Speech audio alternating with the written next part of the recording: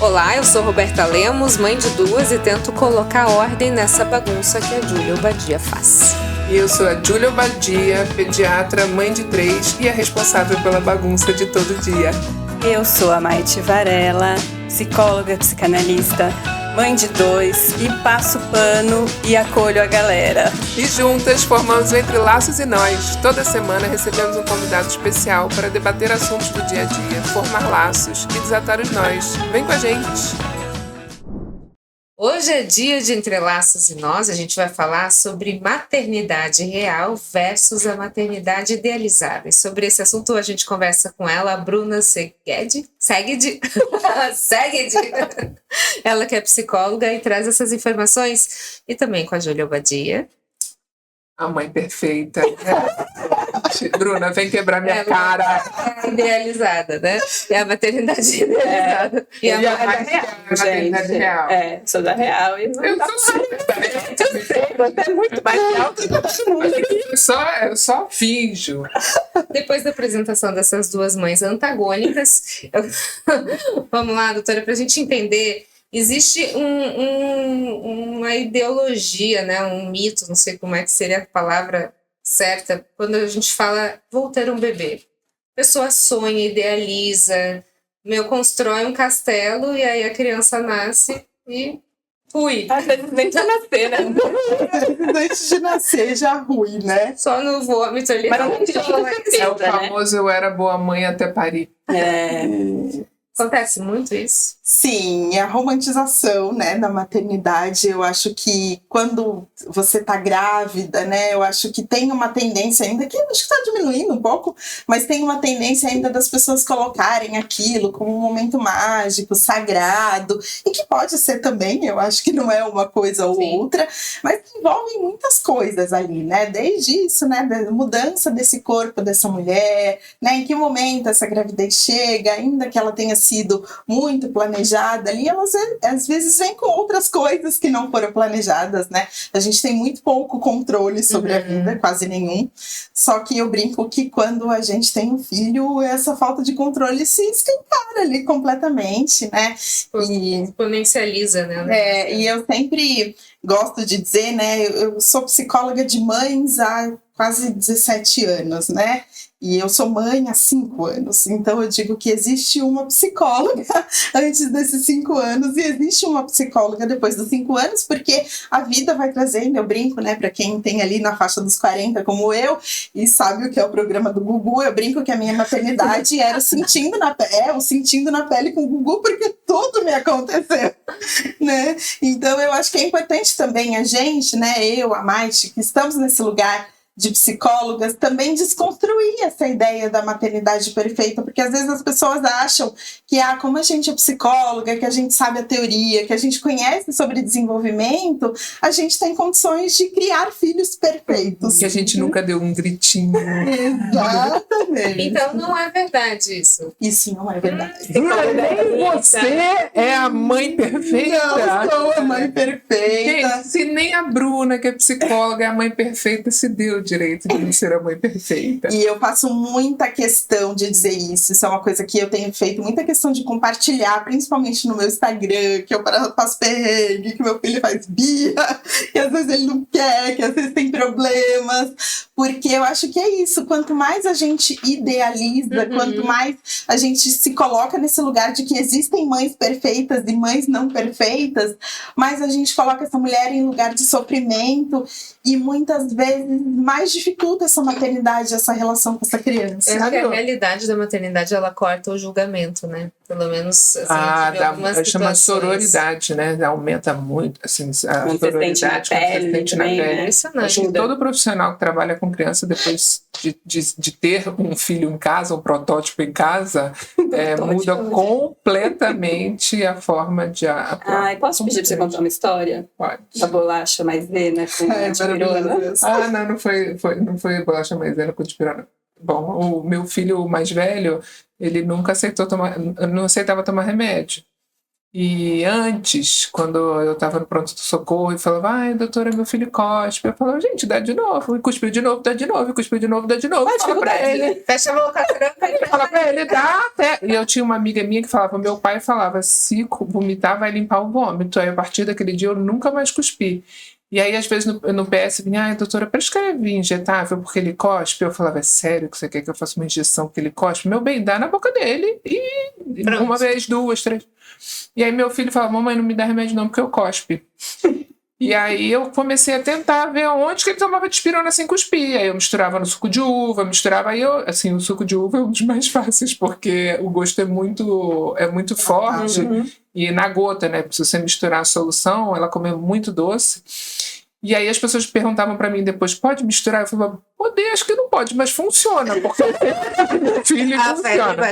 E o que a Mai está falando é porque eu tenho um pouco de resistência como profissional a prescrever antibiótico. Eu acho que ele precisa ser prescrito quando indicado. Hoje em dia existe muita prescrição. E as crianças eu tentava não dar. Isso é até engraçado, depois vocês podem falar, porque assim, o dia que eu precisei prescrever antibiótico, dar antibiótico para ele, me deu uma sensação de falha, assim, como se fosse eu que não tive, tipo, Não sabe? consegui reverter, né, pra chegar Por que eu não quero dar antibiótico para ele? É sobre ele ou é sobre mim? Então, várias vezes a gente se vê nessa situação, né? Por que eu não quero? É sobre ele ou sobre mim?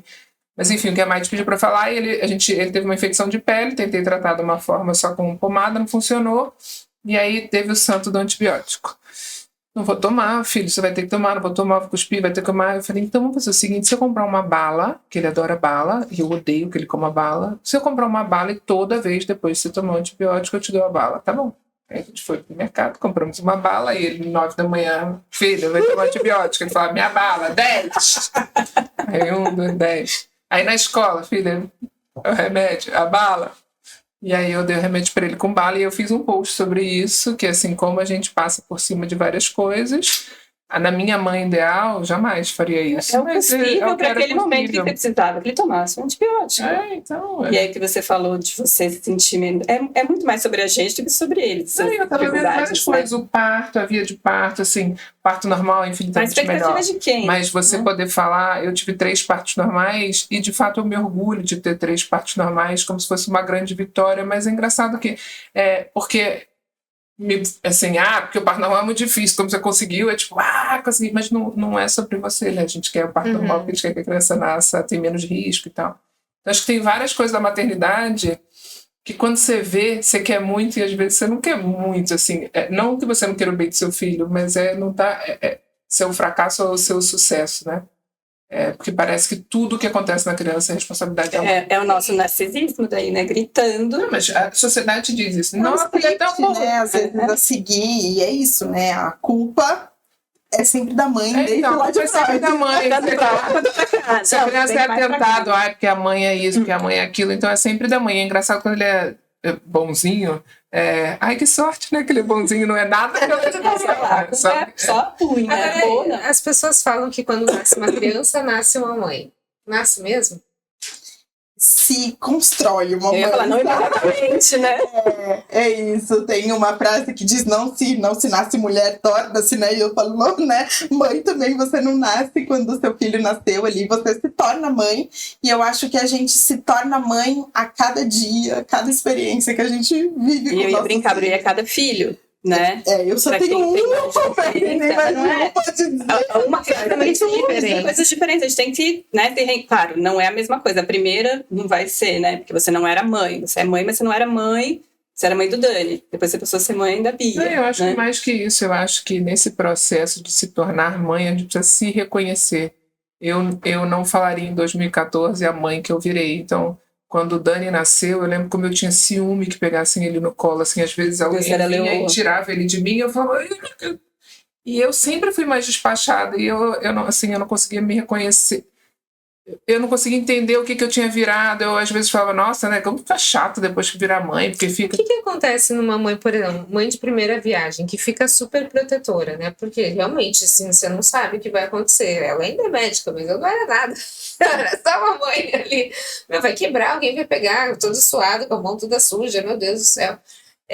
Como é que você consegue tornar mais facilitar um pouco? Porque assim, é também um período de sofrimento para essa mãe, né? Tá muito feliz ali com a chegada do neném, mas ela também tá muito insegura. Não, E nem sempre tá muito feliz também. Existe uma pressão para que ela esteja feliz. E porque o amor nasça junto, né? Assim como. Não, e é até um assunto que eu acho que a gente devia falar com alguém que se candidate, mas das pessoas que viram mãe, elas amam o filho, mas elas não gostam de ser mães. Que existe, isso é muito pouco falado, e essa pessoa sente muita culpa, solitários. porque existe isso de, que maravilhoso, e tem gente que não gosta dessa Você função. já pegou um caso assim? Eu acho que é muito difícil você pegar alguém que verbalize tão claramente isso. Já peguei nuances um pouco disso, né? E eu falo, uma coisa é você não gostar de ser mãe, outra coisa é você não gostar das funções que a maternidade traz, porque também são coisas diferentes. E aí tem muitos campos, né? De tudo que recai sobre a mulher, né? Até dessa coisa de que nasce uma mãe, nasce uma culpa, e eu falo, nasce uma mãe e colocam a culpa nela, né? Em tudo, mas assim, trazendo um pouco isso que você tinha perguntado, né, a respeito de como faz, eu acho que é a gente falando um pouco sobre isso, né, a gente voltando para um pouco dessa coisa de comunidade e que a gente possa trocar uns com os outros com um pouco mais de liberdade, né. Eu atendo, o meu público são mães, né, eu atendo mães e muitas vezes eu faço aquilo que a gente chama em psicologia da autoconfissão do psicólogo, porque eu acho que quando você conta algumas coisas para o seu paciente, você permite que ela também diga, putz, então, uma vez eu me lembro de ter dito para uma paciente, né, ela contando muita dificuldade no puerpério, e eu tive um puerpério muito difícil por conta, trabalhava com questões de parto normal há muitos anos, fiz de tudo, tive doula, tive tudo e acabei numa cesárea de emergência e um puerpério muito complexo. Idealizou e começou com uma frustração. Não foi nenhuma idealização de ter um parto normal, mas assim, eu pensava, por exemplo, que se eu precisasse ir para uma cesárea, eu iria para uma cesárea intraparto. Eu nunca pensei em ir para uma cesárea direto. E eu acabei indo para uma cesárea direto e acontecendo muitas coisas ali no meu puerpério imediato. Meu filho passou 10 dias no hospital assim que nasceu. Eu não estava preparada para passar 10 dias no hospital num puerpério imediato. Então, muitas coisas para elaborar. E uma vez a minha paciente me contando toda a dificuldade que ela estava tendo no puerpério dela e dizendo, às vezes, e com muita angústia, ela me dizia assim, às vezes eu me pergunto um pouco por que eu fiz isso, e eu dizia para ela assim, às vezes dá raiva, né? E eu vi que ela ficou meio assim, eu falei, sabia que quando o meu filho nasceu, eu sentava na cama e eu tinha raiva das pessoas que estavam dormindo. Eu via as luzes apagando na cama enquanto eu estava sentada e eu pensava assim, por que todo mundo tem direito de dormir, só eu não? Sono é uma coisa muito... E o Rafa era uma criança que acordava assim 4h32 da manhã. Durante muitos anos, né? E eu sentia muita raiva das pessoas dormirem. E eu pensava muitas vezes, por que eu fui fazer isso?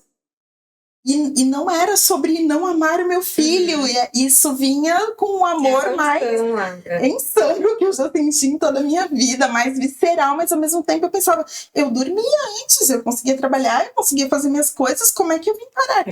O que eu fiz? Eu tive muita essa sensação de que eu fiz com a minha vida. Eu tenho a sensação, eu tenho muitos pacientes que foram inférteis e fizeram 1001 tentativas e aí conseguiram engravidar depois de um monte. E aí algumas já falaram, meu Deus, às vezes eu olho e falo, gente, foi isso que eu quis? Porque, e aí eu fico pensando se na infertilidade, se esse choque é maior, né? Porque você tentou tanto, foram tantas vezes. E esse primeiro ano, às vezes, é tão difícil. E é a sensação que você tá no fundo do poço e ninguém nunca mais vai te tirar. Que, assim, e que é só você que tá lá. Por isso que esses discursos, né? Quando você falou da gente se humanizar, né? De todo mundo colocar o real... Que é isso, você acha que é só você, que tá todo mundo dormindo, menos eu. E ela me disse isso. Ela falou, parece que nunca mais você vai nunca mais vai dormir. Porque todos os dias são iguais. Ela falou, nossa, foi tão bom ouvir isso de você, porque eu nunca ia imaginar que você tivesse passado você por isso, né? Agora tem como preparar essa mãe antes para que o choque seja menor? Não tenha choque, eu acho que o choque tem ele vai como... acontecer na realidade. Mas de repente você... tá mais preparada, né? Eu acho que tem como cuidar dessa mãe, né? A gente fala de prevenção e prevenção é muito pouco usada no Brasil, né? Ainda mais na psicologia, né? Então a gente fala muito, né, de pré-natal psicológico, né, desse acompanhamento que essa mulher vai fazer, que o ideal seria que essa mulher começasse a trabalhar isso antes da concepção. Mas a gente não tem a cultura, né, da prevenção. Em lugar nenhum, né? Não sei, em outras culturas, mas assim, no Brasil, essa coisa do pré-natal psicológico, eu vejo que é uma dificuldade muito grande de engrenar, assim. Eu só vi isso acontecer em paciente que já tem histórico psiquiátrico, e aí que se cuida um pouco mais. Como que você consegue identificar, então, uma depressão pós-parto de uma realidade, de um choque de realidade? A depressão pós-parto, ela vai trazer ali, primeiro que, assim, a gente acha muito que existe muita depressão pós-parto, mas o que os estudos têm mostrado é que é mais uma depressão que já existe ali, que ela vai se cronificando, né? Porque a gravidez, o parto e o puerpério, eles são agravadores de quadros psiquiátricos, então provavelmente você já tem um histórico ali, e esse quadro vai se agravando, né? A gente tem falado cada vez mais em quadros que são realmente de uma depressão pós-parto, mas a depressão pós-parto, ela tem a ver com uma intensidade e um período mais prolongado disso, né? Eles não são essas nuances, né? Entre o preto e o branco da maternidade, que fica aquele cinza ali. Ele é aquele extremo que vai comprometer os cuidados com a criança, né, com o bebê, vai comprometer o autocuidado, né, muito embora isso seja muito sutil para essa mulher perceber nesse início, porque ela tá muito envolvida aquilo. A gente se autocuidar no puerpério é tão complexo, né? Tem dia que a gente não consegue tomar um banho, lavar o cabelo direito. O bebê é um baita de alerta, exato, né? Então essa parte do vínculo, e aí é muito importante justamente a gente desromantizar isso, porque muitas mulheres vivem processos de depressão ali no puerpério, e isso não chega porque essas mulheres temem, têm vergonha de dizer, têm medo de dizer. Né? E muitas vezes até o próprio médico ali, às vezes as questões de depressão pós-parto, elas vão chegar primeiro ali no pediatra ou no obstetra que está acompanhando essa mulher, nas sutilezas, e muitas pessoas às vezes até médicos vão dizer, mas você está vivendo um momento mais feliz da sua vida. Como né? você não está sentindo isso? Exato. Né? Então se inibe muito essa mulher que está sentindo tudo aquilo de poder expressar o que ela está sentindo, porque ela tem muito medo de ser julgada. E quando a gente fala nessa situação, nessa circunstância, a rede de apoio, ela pode ser um fator que vai levantar essa mulher ou vai afundar ela de vez. Exatamente. Não, e doença psiquiátrica tem muito estigma. Fica, não, meu bem, levanta. Não, preguiça. Assim, as pessoas têm eu acho que tem isso. Uma negação, né? Tem uma outra coisa de que também é muito comum, de que é também, então você é incapaz e eu tiro esse bebê dos seus cuidados, né? E ela pode piorar. E o que se prova, né, o que a ciência mostra é justamente que a retirada desse bebê para os cuidados da mãe agrava esse quadro. Então ela precisa de apoio dessa rede, né, e desse pai, que eu falo, pai não é rede de apoio, né, pai tem que estar ali nesses cuidados, né, desse companheiro, dessa companheira, seja como for, de estar ali junto com ela para ajudá-la nos cuidados, né? Para ajudá-la não, né? Participar desses cuidados junto com ela e não retirar os cuidados. Então, muitas vezes essa mulher ela não vai contar o que está acontecendo com ela, ela vai deixar de dizer o que ela está sentindo porque ela sente medo. De tirar o né? E isso é real. A gente tem histórias, inclusive no judiciário, de mulheres que se separaram no puerpério e que os companheiros conseguiram tirar, usando os quadros psiquiátricos, eles são muito usados contra as mulheres. Né? Então a gente fala assim do quanto é importante esse tipo de conversa, a gente falar sobre isso, porque eu acho que isso tem muito a ver com o que se disse durante muito tempo, que existe instinto materno, né? Como se quando a gente né? Exatamente, algo que brota ali, né? Ainda falam, porque eu cuidava de boneca, porque afinal cuidar de boneca, cuidar de uma criança é igual. Né? E quanto isso tem a ver com a socialização, né? De meninos e meninas, do que é ofertado ali pra gente, até como brincadeiras, mas isso é aprendido, né? O amor ele é aprendido, os cuidados eles são aprendidos e a gente precisa de ajuda enquanto a gente está aprendendo. Agora, Bruna, é importante a gente entender que esse aprendizado, ele leva tempo, né? Assim, não vai surgir imediatamente. E hoje a gente vê muitas mulheres que às vezes não têm esse tempo de curtir esse início da maternidade porque já precisam voltar para o mercado de trabalho porque não tem lá CLT garantindo 3, 4 meses, enfim. E mesmo quando tem, mesmo 3, 4 meses é pouco, né? Muito pouco, né? Mas às vezes você volta em 7 dias, 10 dias, sei lá quantos dias aqui. 17. 17, é muito tempo, então você curtiu muito tempo.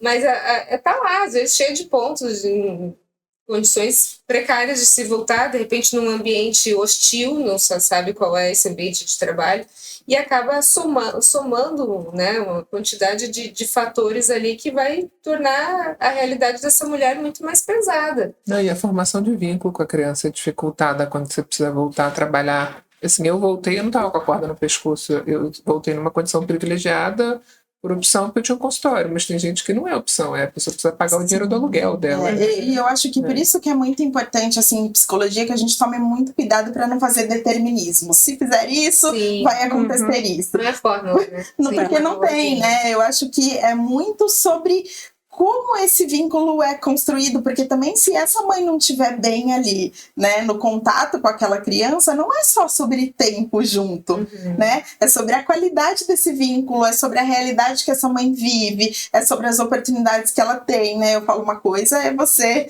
ter um puerpério ali, às vezes até com uma rede de apoio profissional, tem gente que tem babá, tem gente que vai ter que fazer tudo só, são realidades muito diferentes e que vão se somar a esse processo, né. E eu acho muito importante que a gente fale disso, porque às vezes também você escuta mulheres dizer assim, nossa, voltar para o trabalho foi a minha tábua de salvação para minha saúde mental na maternidade. E isso foi um pouco do que aconteceu, assim, um pouquinho comigo. E quando eu voltei, eu escutava muito, né, as pessoas dizerem assim, porque eu trabalhava com maternidade, fazia rodas de conversa, e uma das rodas de conversa que davam muito burburinho era o medo da volta ao trabalho.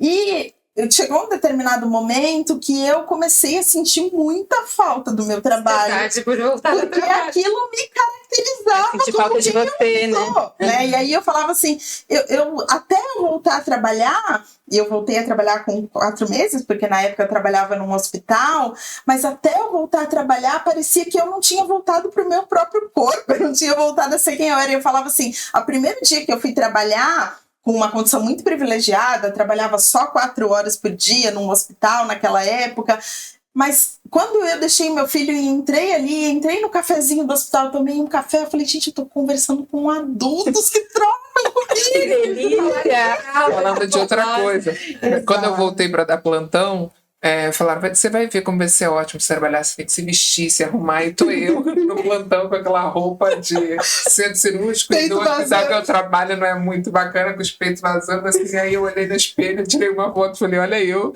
com máscara, touca, me sentindo muito mulher mesmo, super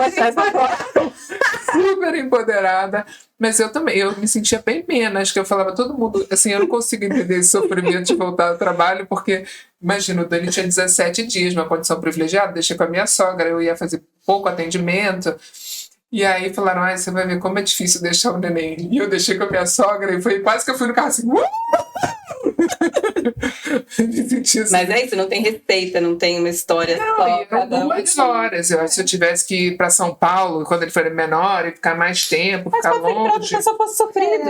Então, a subjetividade, né, do ser humano, a história, a condição de cada um, uma série de coisas, e que aquelas pessoas que estavam ali sofrendo, nas rodas de conversa que eu encontrava, e muitas pacientes que eu atendo hoje, também é muito legítimo o que elas sentem, e assim, eu fui trabalhando durante a minha maternidade e trabalho até hoje, porque eu falo isso, a gente está falando muito desse período inicial da maternidade, mas eu acho que... Mas você não sabe o que vem pela frente! Eu acho que a gente vive isso no dia a dia, né? Quando eu tenho que ficar um pouco a mais no meu trabalho e o meu filho tá me esperando, e tipo, agora... que eu estava ali, né, numa reunião na escola, trabalho na escola que ele estuda, e ele ficou lá um tempo esperando, e assim, assim, também é sobre isso, né? E hoje em dia eu penso muito que essa coisa da maternidade real, que também não existe uma maternidade real para todo mundo, é real para quem, né? Mas que na maternidade real também é o meu filho aprender um pouco a lidar com a mãe real que ele tem. Com a mãe que ele tem, que permite ele ser muito real. E né, eu mostro pro meu filho que eu sou humana, que eu erro, que às vezes eu vou falhar e eu tento trabalhar isso. Filho, hoje eu errei, me desculpa. E tem coisas, uma vez eu lembro muito claro que ele perguntou assim pra mim, mãe, por que você trabalha? E eu pensei, eu falei, eu não vou dizer pra ele que eu trabalho por ele. Eu trabalho porque isso é uma das coisas que me preenche. Porque eu gosto. Né? Então, porque é importante para nossa família, porque isso nos proporciona coisas e porque a mamãe é feliz trabalhando, a mamãe precisa disso. Então, a minha vida não é só ele, não é tudo por ele. Mas para ser por ele também eu preciso estar bem. Eu também preciso fazer o que eu amo, eu também preciso fazer o que brilha meu olho. Né? Porque eu acho que senão a gente vai se esvaziando desse lugar em nome essa abnegação da mulher e da mãe e a gente vai piorando a nossa relação. Não, e é ruim para a criança, porque você cria esse vínculo, quase esse nó com essa criança e não permite que ele cresça e que ele seja independente de você. Eu tenho uma psicanalista perinatal que eu adoro, foi super legal ouvir dela falando que é importante que as mães falhem. Porque a hora que tenha, né, até os 8, 9 anos, não tenho certeza, que a gente é meio que super-herói para os filhos, né? Sim. Depois isso vai meio que desmoronando, e isso é importante para a autoestima deles, que ele comece a ver, não, aquilo que ela fez está errado, eu posso fazer isso melhor. E que a hora que você dá conta de tudo, e faz de uma forma muito perfeita, que você atinge uma posição super alta na classificação dele, que eles começam a ver que eles não conseguem te atingir. E isso mina a autoestima dele, porque sempre tem alguém lá no alto. Não só atingir, mas se construir como pessoa. Então aí eu achei ótimo, que eu falei, ai gente, se eles viram que eu tô olhando, é bom que eles vão se sentir assim. É a permissão, né? A minha mãe falha e eu posso falhar. Humano, é do humano, gente? A gente é falho mesmo. Né? Mesmo e nada disso. Exatamente. Acho que de entender um pouco nesse processo todo, de que todos nós vamos falhar em alguns aspectos. Então você vê, né? Hoje acho que as redes sociais trazem muito isso, que a gente vê recortes da vida das pessoas, né? Sim. E aí naqueles frames, às vezes é muito bonito. Às vezes uma pessoa tá lá, nossa, olha, ela é a mãe que consegue colocar 5 cores no prato do filho. A outra é a lancheira maravilhosa. As lancheiras, meu Deus. É o campeonato. Eu só eu não tinha Instagram, você botar lancheira. E que eu tenho certeza que tem outras coisas na tua maternidade que você faz muito melhor do que essa mãe que monta a lancheira. A lancheira é dela, não é da criança, né? Vamos falar. A lancheira é um ato de amor, só que a mulher não faz só, às vezes ela faz só a lancheira, mas ela faz muito melhor. E ali não tá mostrando as falhas, tá mostrando a lancheira, mas que outros pratos estão caindo. Nem dá pra ver o gosto de lancheira. Sentiu um gostinho. É sobre escolhas também que cada um vai fazer para sua maternidade e que às vezes uma vai fazer uma escolha específica em uma coisa que é muito importante. Acho que tem muito a ver com os nossos valores. Sim. Né? Aquilo é essencial para mim, mas em outra coisa eu vou falhar miseravelmente e que às vezes no meu Instagram ninguém vai ver. Porque não tá publicado. Eu vou falar uma coisa bem curtinha do Instagram, juro que eu já vou acabar. Curtinha. Essa coisa de corte do Instagram, um dia meus filhos estavam brigando e aí eu não sabia o que fazer para eles pararem de brigar, a gente estava viajando, eu falei que meu avô mandava brigar até ele mandar, quando começava a brigar ele falava, agora vocês vão mandar brigar até eu mandar parar. E eu achei que isso era meio ogro. Aí eu falei, então agora vocês vão ficar andando de mão dada e vão ficar juntinhos até eu mandar parar. Aí eles estavam viajando, um de mão dada pro outro, na frente estavam. E aí eu olhei pro meu marido e falei, vamos tirar uma foto e postar eles de costas, assim, de mão dada. Ai, o amorinho entre irmãos, uma coisa tão maravilhosa, uma coisa que você só constrói. Eu não postei, mas assim, a hora que eu vi aquela cena, eu falei... E aí a pessoa lê e aí fala, para mais dicas de como construir amor entre irmãos, clique aqui e entre nessa aula de amor de irmãos. E brigar também é amor de irmão, né? Então, mas é que assim, é só uma foto, ninguém posta. Sabe o que é? Então, enfim. E cada um vai interpretar também, por exemplo. Eu já tô julgando a lancheira da outra. É que a última que eu vi era assim. Para, deixa eu dar uma cheira dela. E é isso, né? Entender que às vezes o que não tem significado pra gente tem muito pro outro, e às vezes aquilo que a gente tá privilegiando, o outro não consegue privilegiar. É isso aí, eu tô com inveja da lancheira. É. Eu sou péssima de Bruna, lancheira. deixa eu encerrar aqui. Obrigada, viu? Imagina. Que a gente tenha agradeço. muito mais maternidade real do que Instagram. Vamos falar a realidade, que a gente precisa todo mundo sair correndo pegar as crianças na escola. É uma maternidade muito real, filho esperando na escola. Vai, Sim, ó, beijo, muito obrigada. vamos filmar as crianças.